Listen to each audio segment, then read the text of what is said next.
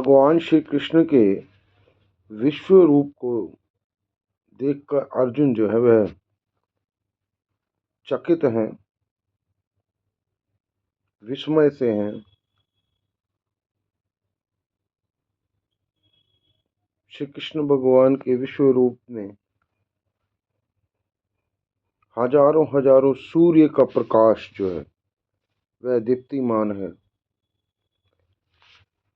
तो अर्जुन जो है वह भगवान श्री कृष्ण के सामने नमस्तक होकर हाथ जोड़कर श्री कृष्ण भगवान से कहते हैं, हे प्रभु, मैं आपके शरीर में सभी देवों और प्राणियों को,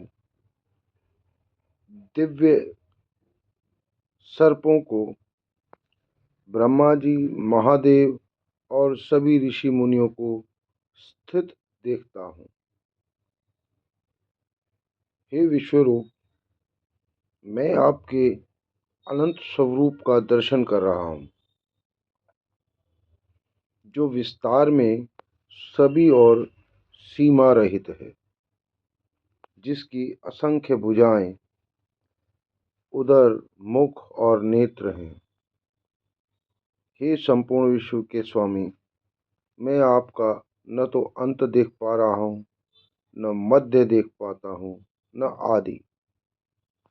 इस तरह से श्री कृष्ण भगवान के विश्व रूप में पूरा ब्रह्मांड ही जो है वो स्थित है। आप ऐसा माने और ऐसा ही जाने।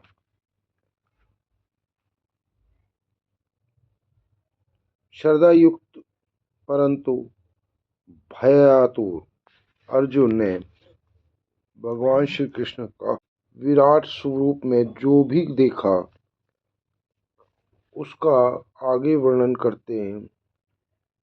हे प्रभु, मुझे इस रूप में दिव्य मुकुट, गदा, चक्र, तेज, प्रकाशपुंज, ज्वालाग्नि तथा अनेक चंद्रमा और सूर्य दिखलाई पड़ रहे हैं। इसके प्रज्वलित मुखों से विकिरण निकलता हुआ तेज इस जगत को संतप्त कर रहा है। हे महात्मा, हे प्रभु, आपके इस अलौकिक रूप को देखकर तीनों लोग अति व्यथा को प्राप्त हो रहे हैं। सारे देवताओं के समूह आप में प्रवेश करते हैं, आपकी स्तुति करते हैं। सभी देवी देवताओं, सभी शक्तियों के अधिष्ठा और सिद्धों के समुदाय विस्मित होकर आपकी ओर अपलक निहार रहे हैं। आकाश को स्पर्श करने वाले फैले हुए मुख और प्रकाशवान विशाल नेत्रों से युक्त भगवान श्री कृष्ण का विश्व स्वरूप देखकर अर्जुन भयभीत होकर धैर्य खोने लगते हैं। वह कांपने भी लगते हैं और दिशा भ्रमित भी हो जाते हैं। वे सभी कौरवों को, उनके पक्ष के योद्धाओं व अपने पक्ष के सैन्य वर्ग को भी विराट रूप में विकराल भयानक मुख में बड़े वेग से दौड़कर प्रवेश करते हुए देखते हैं और पिसे जा रहे हैं, दाढ़ों के बीच कुचले जा रहे हैं। यह दृश्य देखकर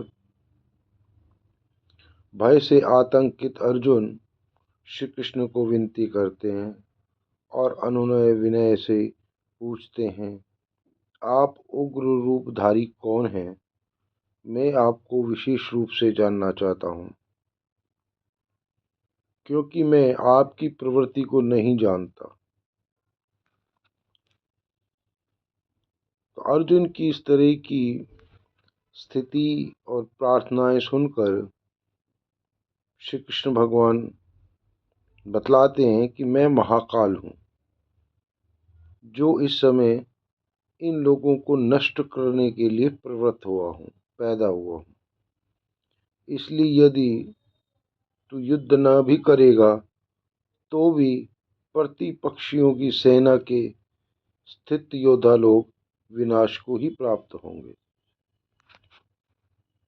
श्री कृष्ण स्पष्ट करते हैं कि अर्जुन को चाहिए समय की चुनौती स्वीकार करते हुए युद्ध करें, राज्य पर विजय पाएं और समृद्धि से संपन्न होकर राजसुख भोगें, क्योंकि शत्रु तो पहले ही महाकाल द्वारा मारे जा चुके हैं।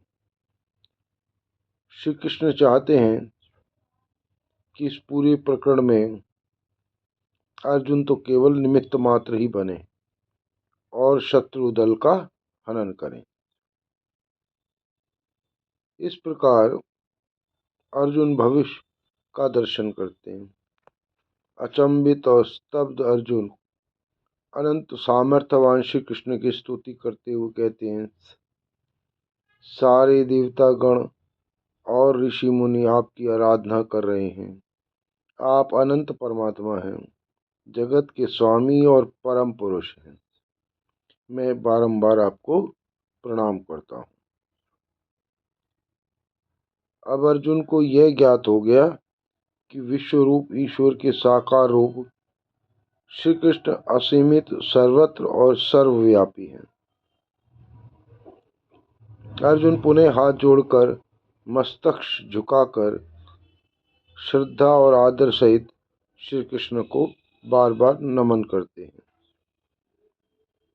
बचपन से ही श्री कृष्ण और अर्जुन घनिष्ठ मित्र थे।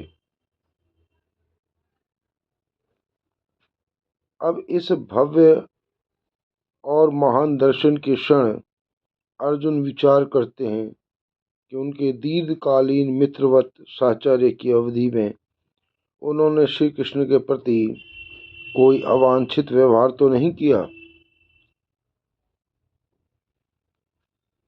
इस समय श्री कृष्ण का वास्तविक स्वरूप पहचान कर अर्जुन अपराध बोध का भी अनुभव कर रहे थे और क्षमा याचना भी कर रहे थे उन सब अपराधों के लिए जो उन्होंने सर्वशक्तिमान को न जानते हुए अनजाने में किए या किए होंगे। अर्जुन पुनः श्री कृष्ण के विराट स्वरूप को दंडवत प्रणाम करते हुए कहते हैं, उनकी कृपा दृष्टि की याचना करते हैं, क्षमा मांगते हैं, विनय करते हैं कि वे उनके प्रति वैसी ही सहिष्णुता दिखाएं जैसे पिता अपने पुत्र के प्रति, मित्र अपने मित्र के प्रति और प्रिय अपनी प्रियतमा के प्रति अपराध क्षमा करते हुए उदारता और सहनशीलता दर्शाते हैं। यहाँ पर ऐसा ही माने कि श्री कृष्ण भगवान का जो विश्व रूप है वो ही पूरा का पूरा ब्रह्मांड है और इस ब्रह्मांड में जो मनुष्य जाति है उसके किए गए जो कार्य हैं वह ऐसे ही किए गए हैं अनजाने में, और इसीलिए जो है जो आम जन है वह भी जब प्रार्थनाएं करते हैं ईश्वर से तो वह भी अनजाने में की गई जो भी गलतियां हैं उनके लिए याचना करते हैं, क्षमा मांगते हैं और संबोधन में हम परमपिता परमेश्वर जैसे जो उनके प्रति श्रद्धा के भाव हैं वह बतलाते हैं, दिखलाते हैं, क्योंकि हम उनकी उदारता और सहनशीलता जो है वही चाहते हैं। क्योंकि उनके विश्व रूप से तो उनके काल जो था, महाकाल का जो उनके भीतर जो समावेश था उसे देखकर तो अर्जुन भी अचंभित थे और अर्जुन भी जो है वह इस तरह की स्थिति को जो है वो उससे वह भयभीत है बहुत भयंकर तरीके से, क्योंकि श्री कृष्ण जो है वह उनके सखा थे, उनके मित्र रहे, बचपन से उनके साथ थे। श्री कृष्ण जो है वह तो बस सहचर की भांति ही उनके साथ थे।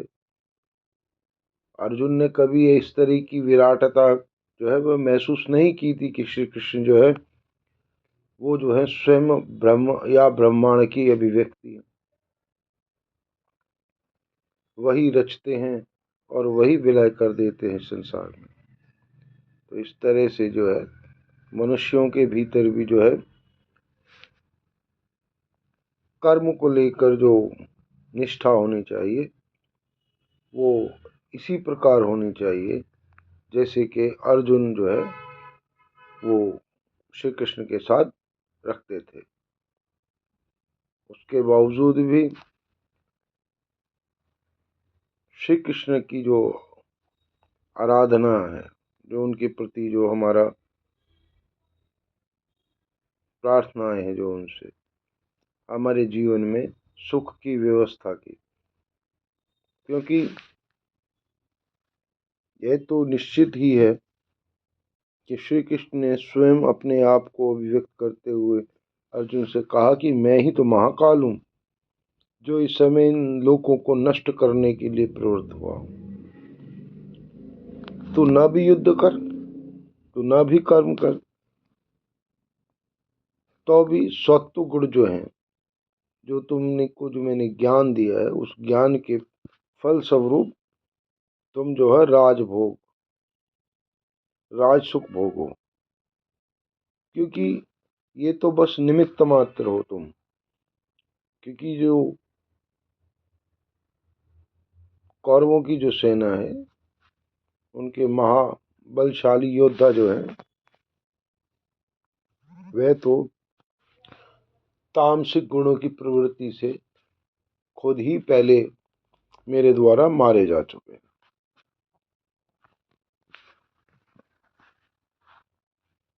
श्री कृष्ण के विश्व रूप को देखकर, विस्तार को देखकर भ्रमित और आश्चर्यचकित अर्जुन जो है वह भी स्तुति करते हैं कि वे अपने चतुर्भुज रूप में ही प्रकट हो जाए।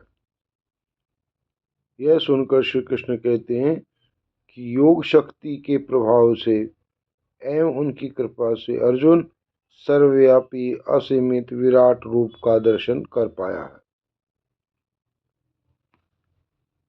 जिससे अन्य किसी ने भी पहले कभी नहीं देखा, और देवता भी जिसके दर्शन के लिए हमेशा लालायित रहते हैं।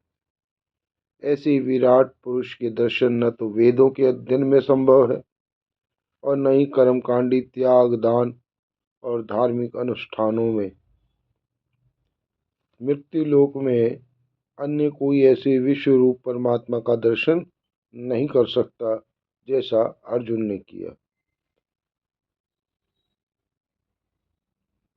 अतः श्री कृष्ण अर्जुन को समझाते हैं कि वे अपने सर्वव्यापी रूप को देखकर उत्पन्न भय को मन से निकाल दें।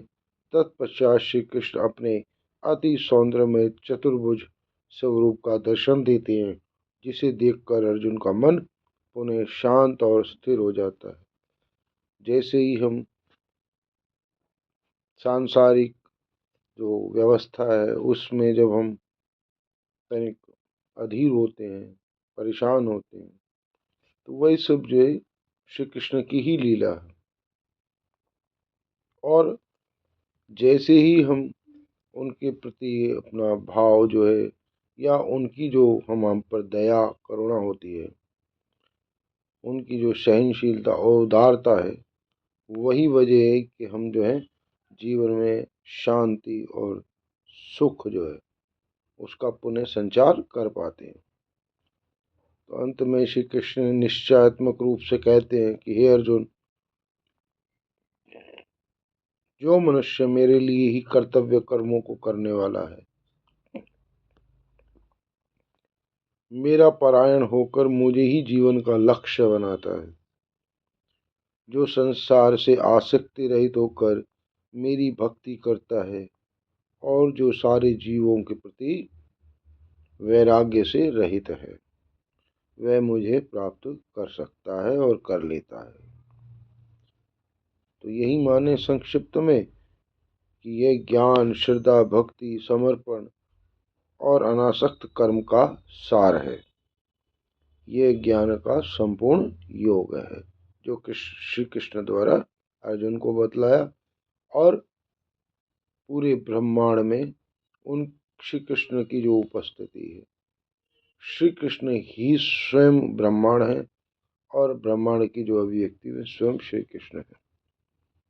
तो ऐसी ही श्रद्धा, भक्ति और समर्पण और अनासक्त कर्म से जो है हम संपूर्ण योग साध सकते हैं, और श्री कृष्ण की जो है उपस्थिति जो है हम अपने अंतस्थ में जो है वो स्थायी भाव से कर सकते हैं, जिससे कि जीवन जो है वो पार्थिव, जो उसकी जो युक्ति है जीवन की, जो सार है उसका जीवन का, जो उसका साध्य होना है, वह उपलब्ध हो सके। तो आज हम यहीं विश्राम लेते हैं। आपकी जय हो, सदा सदा ही जय हो।